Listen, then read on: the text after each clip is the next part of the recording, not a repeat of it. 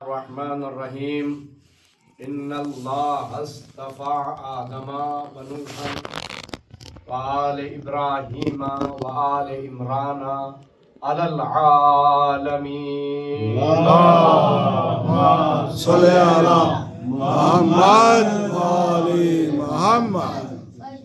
حاضرین کرام قدر، معزز سامعین کرام، آج کی مجلس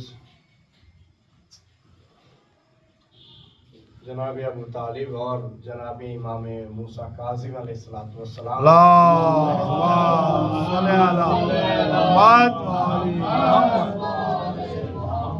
اس بنا پر ہم نے جس آیہ کریمہ کی تلاوت کا شرف حاصل کیا تاکہ تذکرہ جد اور پوتے دونوں کا تذکرہ ہو سکے. حقیقت میں بہت غمناک تاریخ ہے. دن جو ہے بڑا کرب و بے چینی کا دن گزرا، اور آج یہ رات جو آئی ہے شب شہادت جناب ابو طالب، بیٹھ. اور شہادت کے بارے میں ایسا ہے کہ کچھ لوگ کہتے ہیں شہادت نہیں وفات ہے. دیکھیے، شہادت اسے کہتے ہیں کہ جو زہر سے ہو یا تلوار سے ہو، اور تیسری شہادت یہ ہے کہ جو قید و بند سے ہو، جسے بائیکاٹ کہا جاتا ہے. آپ دیکھتے ہیں ایک زمانے سے لوگ بائیکاٹ کیے ہوئے کچھ ملکوں کا، لیکن بائیکاٹ کرنے سے کیا ان کے ملک کا کام نہیں چل رہا؟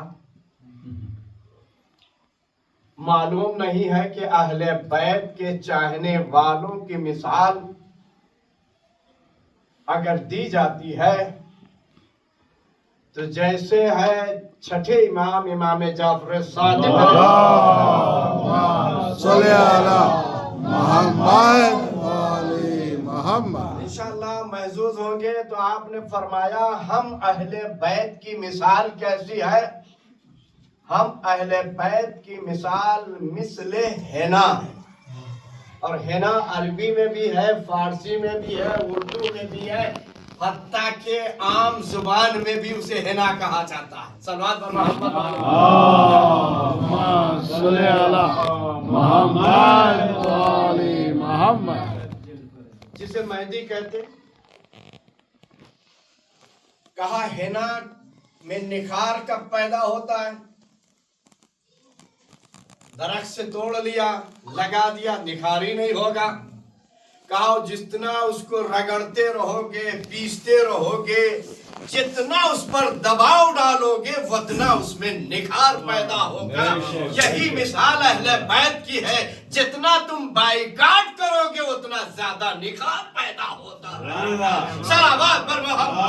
اللهم صل على محمد وآل محمد.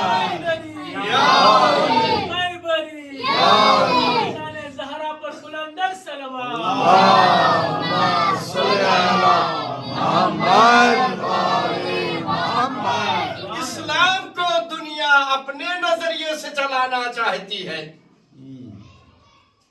لیکن اسلام آپ کے ہمارے نظریے سے نہیں چلے گا، اللہ کے قانون سے چلے گا.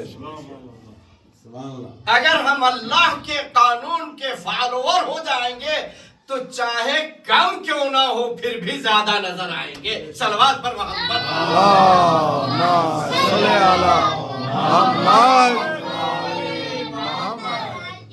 چند دن پہلے ایک چھوٹا سی کلپ 1 منٹ کے اندر کی آئی ہے، جس میں سیز فائر ہونے کے بعد، جنگ بندی کے بعد، اہل سنت چھوڑیے، اسرائیلی، یہودی، واللہ انا یہودی آمنتو باللہ ورسول بحق امیر المومنین علی ابن ابی طالب. اللهم صل على محمد کلمہ کو تو اپنی جگہ پر ہے، جو کلمہ نہیں پڑھتے ہیں وہ شیعت کی طرف مائل ہونے لگے۔ جوان لڑکے، جوان لڑکیاں، جوان لوگ، ارے جس کی فکر جوان ہوتی ہے وہ چاہے بڈھا کیوں نہ ہو اسے جوان ہی مانا جاتا ہے۔ اللہ کا محمد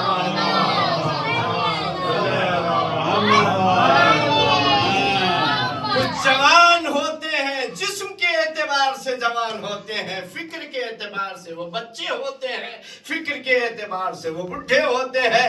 یہی وجہ ہے کہ اسلام نے بڑے ہاتھی پر اسلام کو واجب نہیں کیا گیا ہے، بڑے جسم والوں پر نہیں، اس کی ایک قید بتا دی گئی، جس کے پاس عقل ہوگی اس پر اسلام واجب ہے، کوئی چھوٹا بچہ ہو یا چھوٹی بچی ہو، چاہے وہ بڑا خاندان کا ہو یا چھوٹے خاندان کا ہو، اپنا ہو یا غیر ہو، کوئی بھی ہو،